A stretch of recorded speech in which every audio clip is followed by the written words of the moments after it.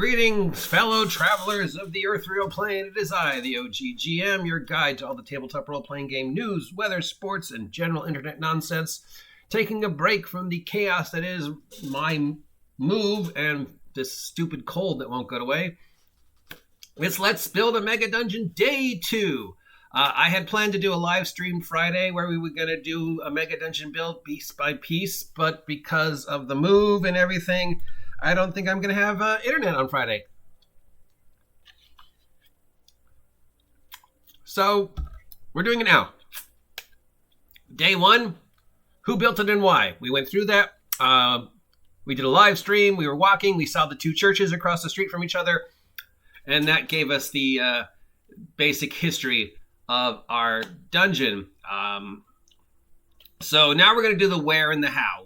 Because where and how is important for the evolution of your mega dungeon, or just your dungeon, or any setting in general, if it's something you want to think about or not.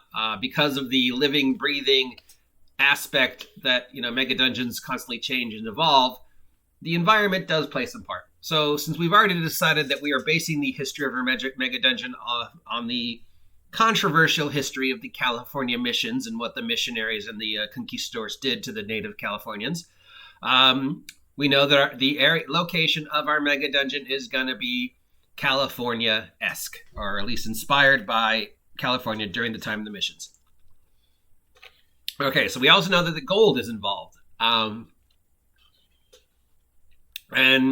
during the gold rush, when the gold rush hit California, certain areas were more affected than others because of just where the gold was found. I mean, yes, obviously they looked for gold everywhere. Some places were more successful than others, but I mean, if there was a patch of land, people dug. So the main, if you remember your basic history, San Francisco and that area was sort of the genesis point of the gold rush. Eureka, I found it.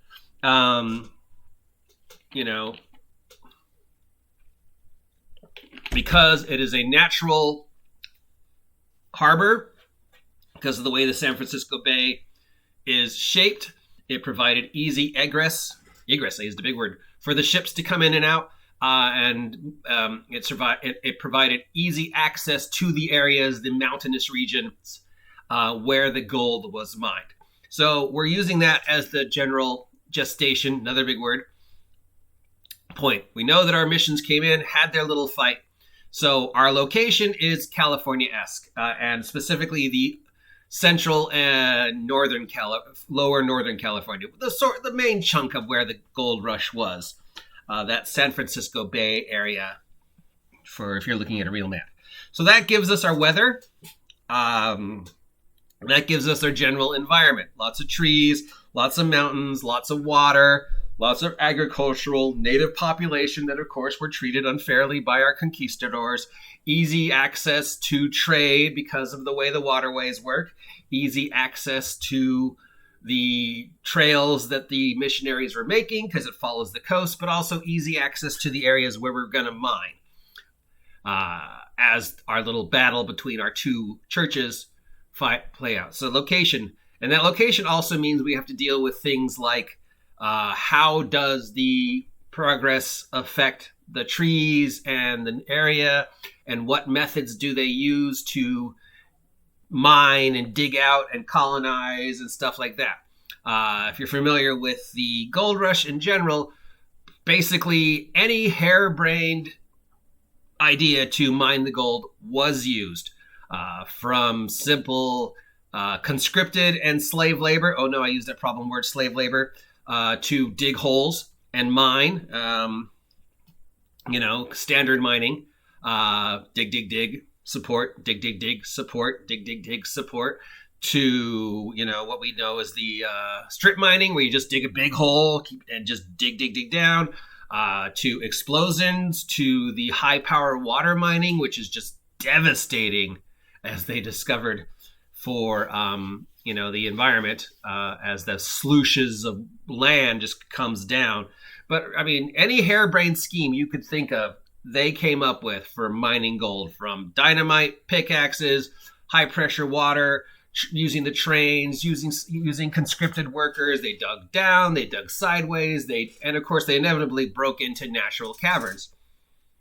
So that is the how and that is the where. And if you're digging mines and doing gold mining in this kind of area, that where the San Francisco Bay Area type is, you're going to hit natural water things, or you're going to have to deal with things like erosion, flooding, encountering natural land, caves and caverns, and the things that might live in the caves and caverns.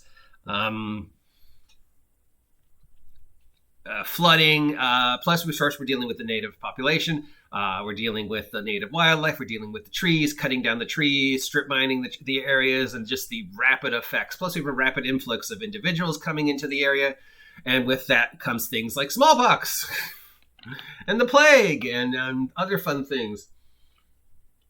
Then added in the fantasy element of like magic and dwarves, and there's creatures and underground cavern complexes, and leftovers from the previous Incas and Aztecs and those who were here before the colonists came, and leftovers from the conquistadors. And we have all these forts that we've built, and we've dug Mott and Bailey's, and as we dig, of course, winter comes in, and there's the San Francisco rain, which causes a lot of flooding.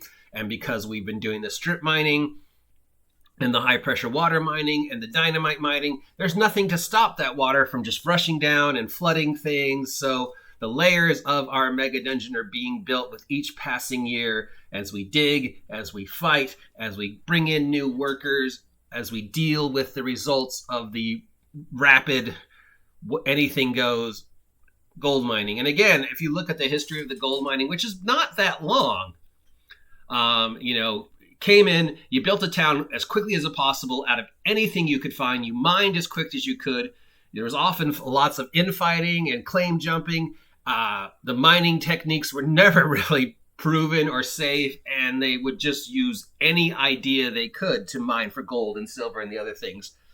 And from simple pan mining to pick and shovel mining to, like I said, they used explosives, they used strip mining, they used the high pressure water mining, that's not even counting, magic in every ridiculous way you could think of to mine for gold once magic is involved. So yeah, and remember, this is all done very quickly. And then something happens to stop this. And as we discussed yesterday, a third powerful individual enters the area and changes the direction. The two churches have to stop fighting. The two churches have to start working together. The gold mines inevitably peter out.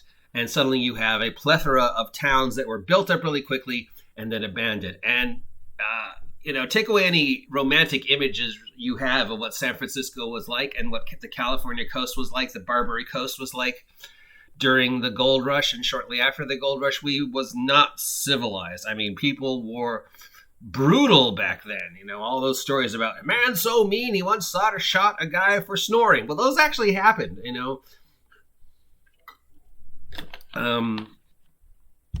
So yeah. Plus, of course, all the horrible things that the conquistadors and the missionaries did to the native population can't be ignored, and that affects the environment, that affects the politics, that affects the evolution of the Megadungeon, because we're killing massive populations of individuals in a normal setting. That's pretty awful, and we're not taking into account how we're getting rid of the bodies and stuff like that. But now we have things like magic. Oh, now we've got zombies and vampires and hidden ancient civilizations that we mined up. So yeah, the where is covered. San Francisco-esque area, Bay Area-esque area. And that gives us the how of just the quick build, the quick strip mining, the quick way those parts of California were colonized.